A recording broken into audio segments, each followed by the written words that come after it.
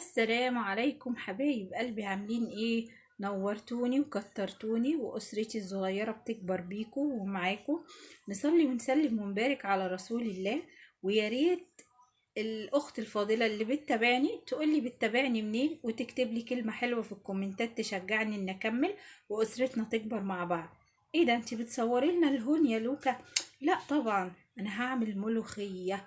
ملوخيه مفيش بيت مصري بيخلى منها، وكل واحده مصريه في اللي بتخاف تعمل ملوخيه وتقول ما بعرفش، بتسقط مني في الحله، لا في عرقها قطع. هقولك على شوية تكات بسيطة تطلع لك شوية ملوخية خضرة زي العسل. حتى لو بكت، حتى لو ملوخية ناشفة، هنعملها برضو مرة مع بعض وهطلعها لك أحلى من الخضرة.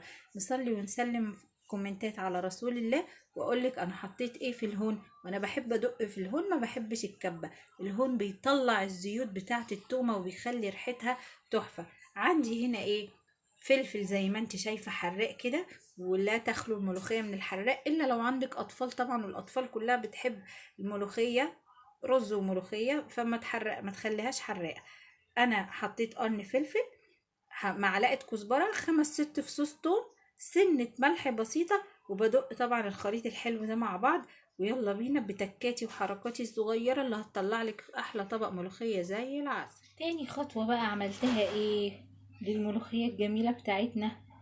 أنا عندي تكة العايمة الحلوة دي، قطعة ليا بقى صغيرة كده، رحت مشوحاها. وبعد ما شوحتها نزلت معاها بسنة توم بسيطة من اللي انا دقاها وهطش بيها الملوخية. وبعد كده رحت نزلت بنص مكعب مرق، ودي كانت عندي شوربة في التلاجة. الست الشاطرة لما تعمل شوربة تشيل منها حبة، هتنفعها في حبة ملوخية، في حبة ويكة. مفيش شوربة شلتيها، مكعبين مرق هيظبطوا الدنيا. فادي اللية، اللي ما بيحبش اللية او ما عندوش مش مشكلة، عندك شوربتك. التكة اللي هتفرق في طعم الشوربة، بتشوحي فص او فصين، حاجة بسيطة جدا من اللي انت دقاهم، تشوحيهم وتنزلي عليهم بالشوربة، هتشم ريحة الملوخية من قبل ما تحطي الملوخية. دي تكتي الاولى. والتكة التانية هوريها لك، هتفرق في الطعم جدا. خليكي معايا. ملوخيتنا الحلوة اهي، عملناها زي ما انت شايفة كده، جميلة اهي زي العسل. يا دوبك هتشها وهنغرفها في الايه، في الاطباق بتاعتنا، وبألف هنا وشفا. وانا بتشها هقولك على التكة التانية. تشينا بقى الطشة بتاعت احلى ملوخية حبايب قلبي هتاكلوها. شايفين جمال الطشة بقى ولونها مع الملوخية الخضراء؟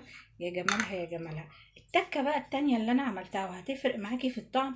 افرضي انت دلوقتي ما عندكيش كزبرة، حتى لو عندك كزبرة هتعززي الطعم بايه. لو ما عندكيش كزبرة، حطي مكعب مرق يتشوح مع التومة على النار في السمنة، وتشي الملوخية بطعم المرق، اتفرجي على طعمها. طب عندك كزبرة وعايزة تعززي طعمها، مفيش مشكلة، حطي حبة الكزبرة ونص مكعب. ده اللي انا بعمله في ملوخيتي الجميلة اللي انتوا شايفينها دي. بألف هنا وشفا عليكم. هقدمها لكم في الطبق. احلى ملوخية تاكليها، احلى من احلى مطعم، وبألف هنا وبألف شفا. تابعيني على وصفات اقتصادية مع لوكا وأوشا.